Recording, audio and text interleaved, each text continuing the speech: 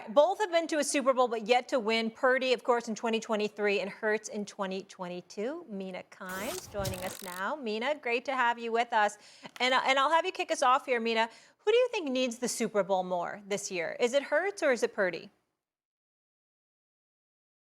It's Brock Purdy for me for a couple of reasons. One is his team, the San Francisco 49ers, they should be in the Super Bowl.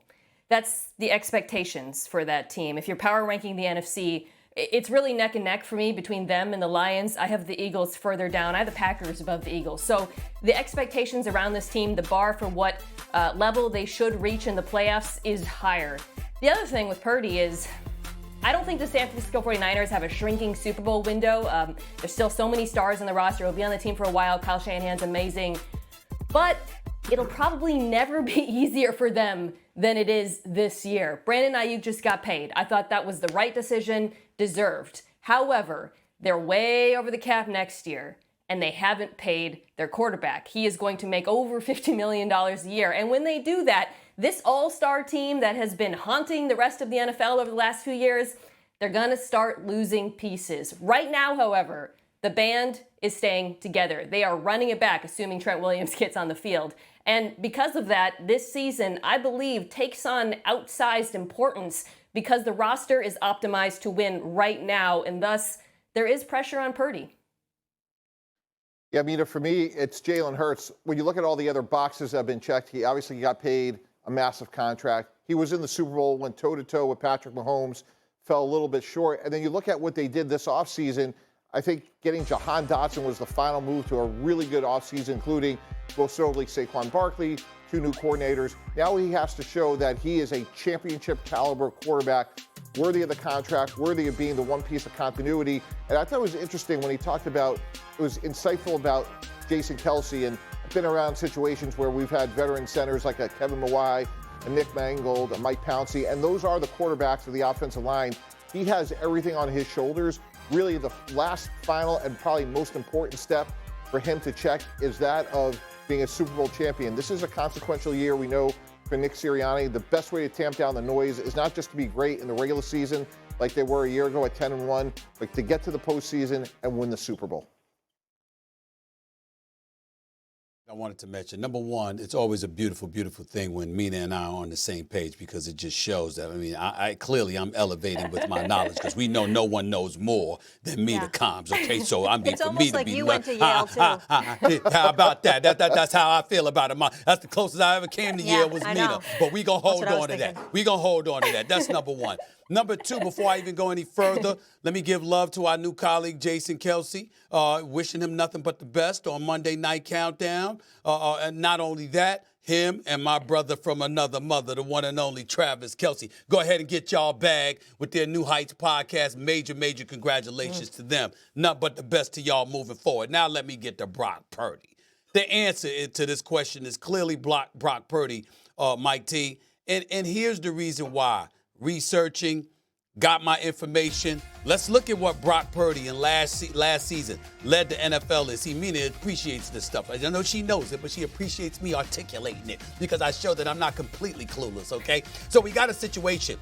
Led the NFL, 25-yard completions, yards per attempt, meaning air yard throws of 20 or more yards downfield, completion percentage on throws of 20-plus air yards, yards per attempt when blitz, pass touchdowns outside of the pocket. These are the things that you want from greatness, from a great quarterback.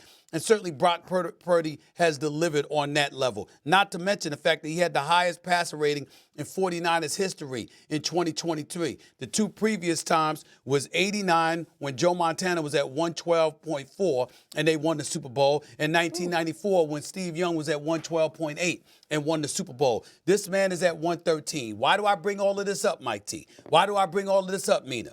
With that, and Brandon Ayuk, and Debo, and Christian McCaffrey, and George Kittle, and Kyle Shanahan, we're the Super Bowl. We're the Super Bowl. Now, obviously, I'm not blaming him for anything. I believe they probably would have went to the Super Bowl a couple of years ago had Brock Purdy not gotten hurt early in the game against the Philadelphia Eagles in the most atrocious NFC Championship game we ever saw, because they couldn't even put a quarterback on the field because the 49ers had 4 quarterbacks get hurt in one season, and we had never seen that before. So we know they lined up and couldn't throw the damn football with a Super Bowl berth on the line. That was an aberration. He comes back last year, they get it done. We're just looking at them and all the personnel that they have in place. There's absolutely no excuse. They better sign Trent Williams now. They better get his situation resolved. But outside of that, there's no excuse for the 49ers not to finally kick down this door. And I think that ultimately, when you get 4 chances at the Apple, 4 NFC title game appearances in the last 5 years, 2 Super Bowl appearances in the last 5 years, and you don't come across with a ring one time, at some point, you've knocked on the door enough, and somebody like Detroit or Green Bay or Philly is going to move you out the way and say you had enough damn chances. Move out the way and let somebody else get another crack at this. I think this is important for Brock Purdy. Well, look, for me, I would say I didn't go to Yale, but I do spend a lot of time in Fairfield County, so that's probably about as close as I'll get to Yale. But I'd say this. It's New Haven County. Yale's New Haven County. Well, it's okay. It's okay. You're talking enough. to the Connecticut native. Yeah. It's all good. All right. But here's what I say. I think the 49ers window is actually open. I think Deebo Samuel is going to graduate. They did draft 2 receivers in Ricky Pearsall, Jake McCowney.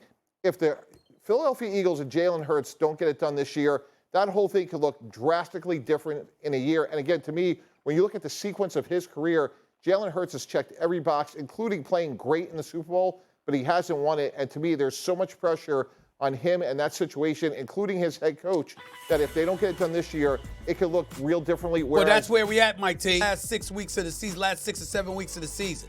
And so to me, there's more pressure on Sirianni than it is on Jalen Hurts. Yeah. Well, but I also think if you look at the 49ers situation, barring something unforeseen, Brock Purdy and Kyle Shanahan will be there for a long time. I think there's still way more upside in that situation than there is in Philadelphia.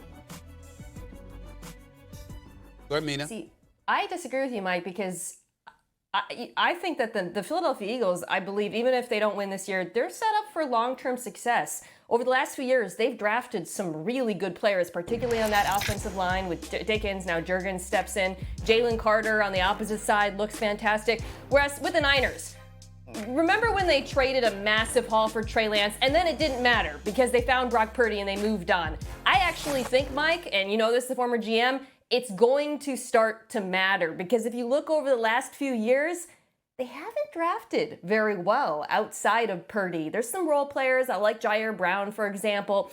But this team, they're getting older. And once those star players, you can't really afford them all. You alluded to moving on from Deebo. That's going to start to kick in. And I guess it goes back to the original point.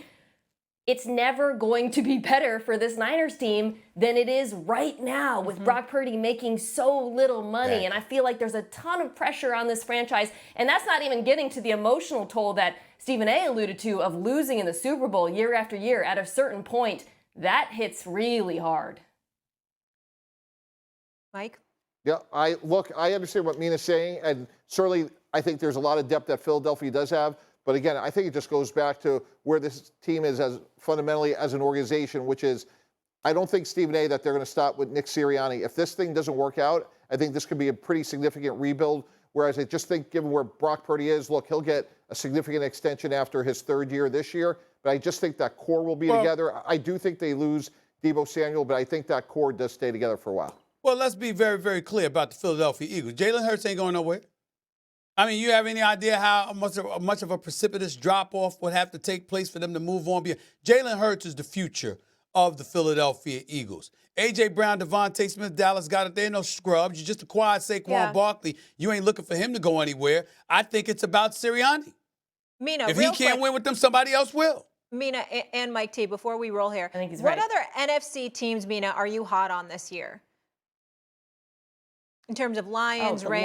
Lions and the Packers, I think, are both above the Eagles, in my estimation. I mean, those teams, the Lions, we already know, obviously, they made it there. But I'm telling you, this Packers team, y'all, Jordan Love, and if that defense can even play average, I think they're going to be serious.